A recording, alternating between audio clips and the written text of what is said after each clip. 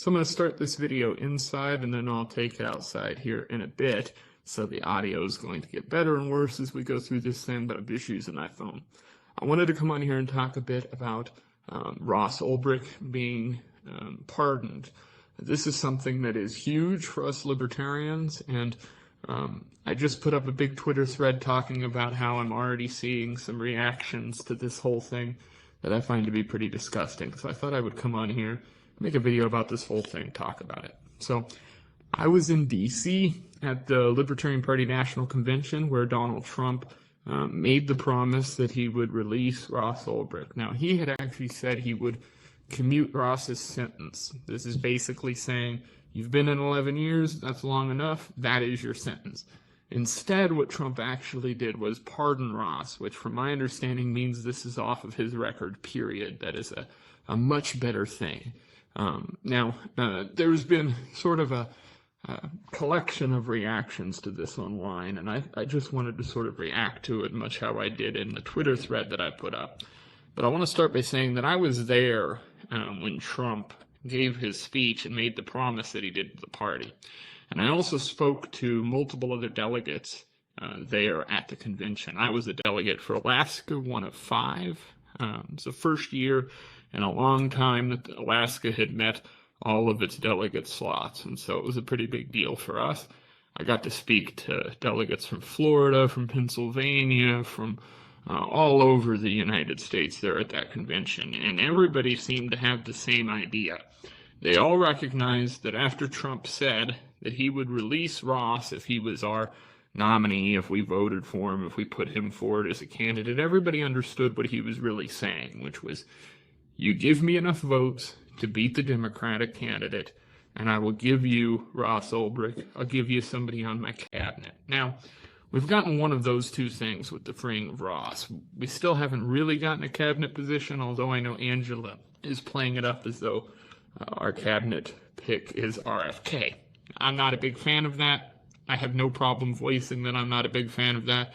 I was pretty vocal against RFK for many reasons, majorly of which is that I'm from Alaska, and RFK doesn't have a leg to stand on in this state for a number of reasons in his environmental tool shed that he likes to go to. And so for that reason, I'm not a big fan of RFK as our libertarian pick. But Trump certainly stuck to his promise here and released Ross Ulbricht, did so even in a better way than he had originally told us he would. And I'm seeing a collective reaction on Twitter, for instance, that I think is just horrible.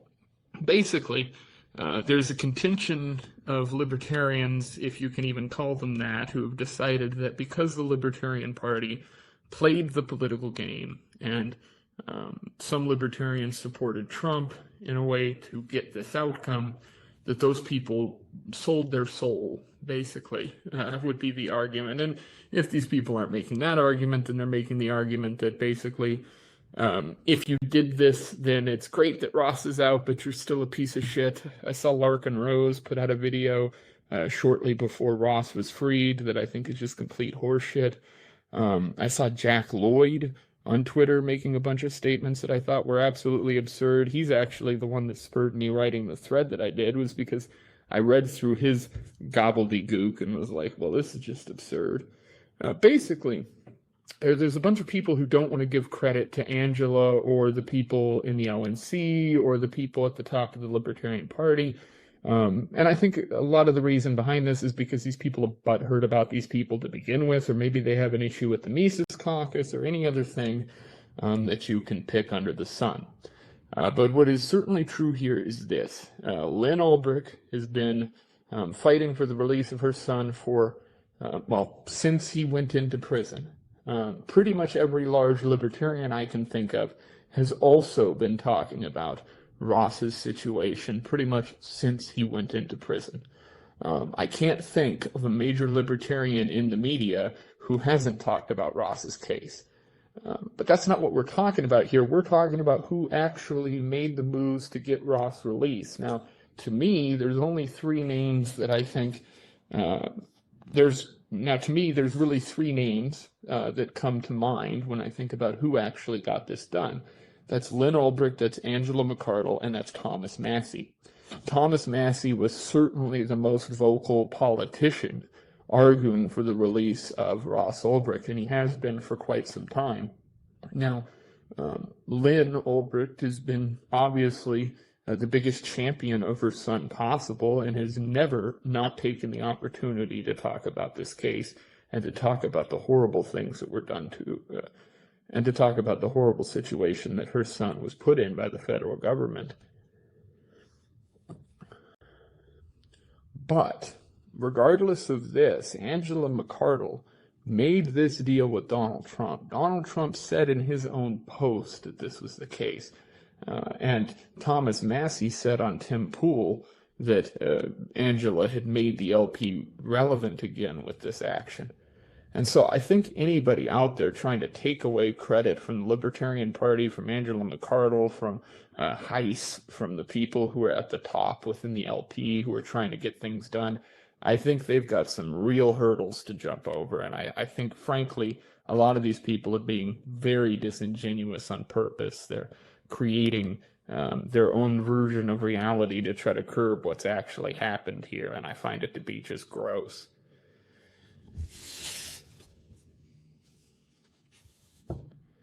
I think, all the infighting within the Libertarian Party, all the people bitching back and forth at each other is all fine at the end of the day, but it's this kind of stuff that I actually don't like seeing, because it's virtue signaling at virtue signaling at its best, and just grotesque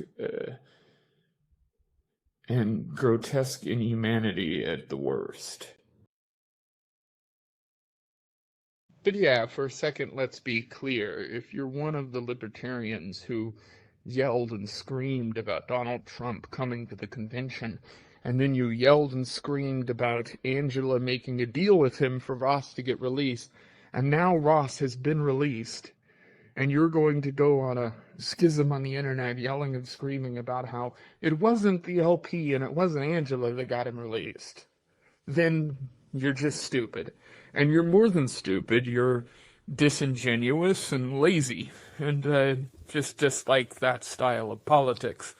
I think the biggest problem we have here right now is that people want to feel as though they're big, and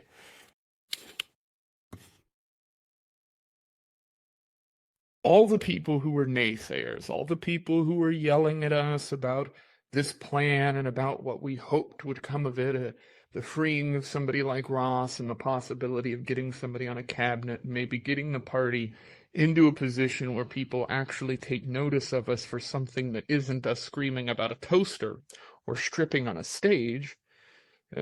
This was the opportunity, and it seemingly has worked. And there's a lot of people out there who I think are very mad about that, and so they're going to take it out on everybody in the party and the whole movement in general.